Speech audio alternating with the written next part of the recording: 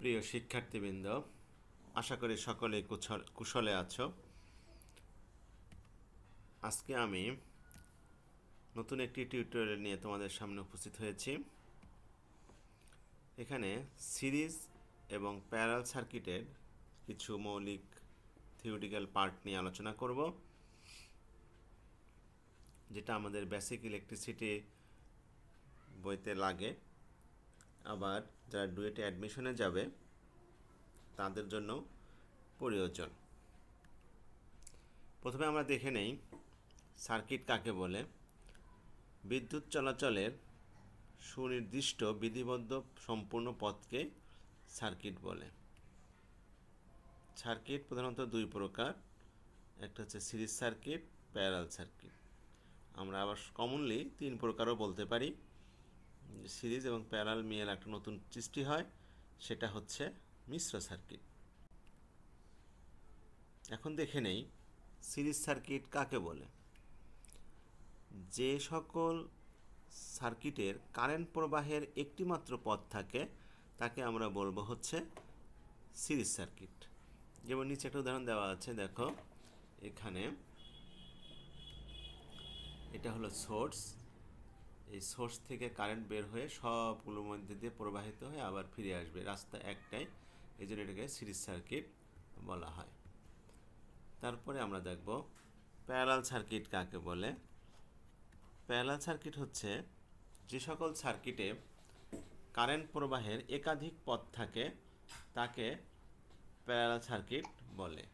চিত্র দেখলে একটু ক্লিয়ার হয়ে যাবে। চিত্রটা দেখো, এখানেও আমাদের সোর্স থেকে কারেন্ট প্রবাহিত বের হয়ে এখানে একটা রাস্তা পাচ্ছে, এদিক দিয়ে প্রবাহিত হওয়ার একটা রাস্তা পাচ্ছে, এদিক দিয়ে প্রবাহিত হওয়ার একটা রাস্তা পাচ্ছে, আরও থাকতে পারে, এদিকে আরও থাকতে পারে।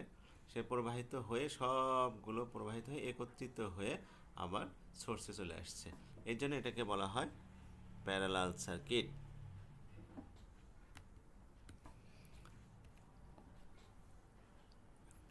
সিরিজ সার্কিটের বৈশিষ্ট্য হচ্ছে প্রত্যেকটা লোডে একই কারেন্ট প্রবাহিত হবে।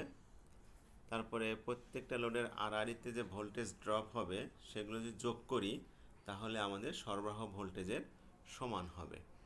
আর লোড সমূহের যে মোট রোধ সেটাকে যোগ করলে আমরা মোট রেজিস্ট্যান্স পাবো সেই সার্কিটের।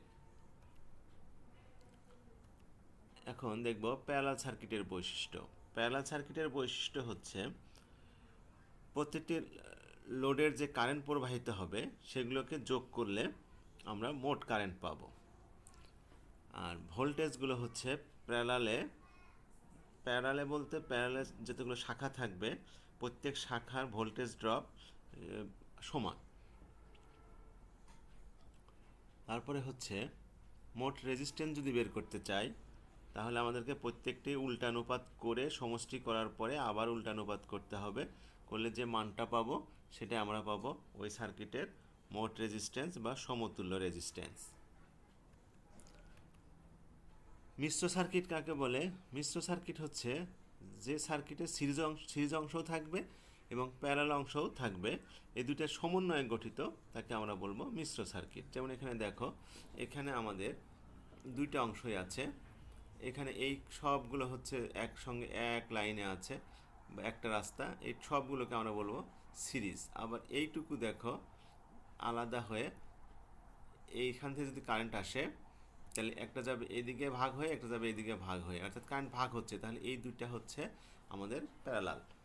আবার সবগুলো করার পর যদি এই সবগুলো মিলে যখন একটা হবে সেইটার সাথে এই সবগুলো করে যে একটা হবে সেটার সঙ্গে এইটা এবং এইটা প্যারালাল হবে। অর্থাৎ এখানে দেখো দুইটা ভাগ হয়ে গেছে, সেই দিকটা রাস্তা পেয়েছে, এদিক দিকটা রাস্তা পেয়েছে, তাহলে এখানে সিরিজও আছে, প্যারালাল আছে, এই জন্য এটাকে বলা হচ্ছে মিশ্র সার্কিট। আগামী সেশনে আমরা এই মিশ্র সার্কিটের অঙ্ক নিয়ে আলোচনা করব। আশা করি সকলেই বুঝতে পেরেছ। মনোযোগ দিয়ে দেখার জন্য সকলকে ধন্যবাদ। আল্লাহ হাফেজ। পৃথিবীর সকল প্রাণী সুখী হোক।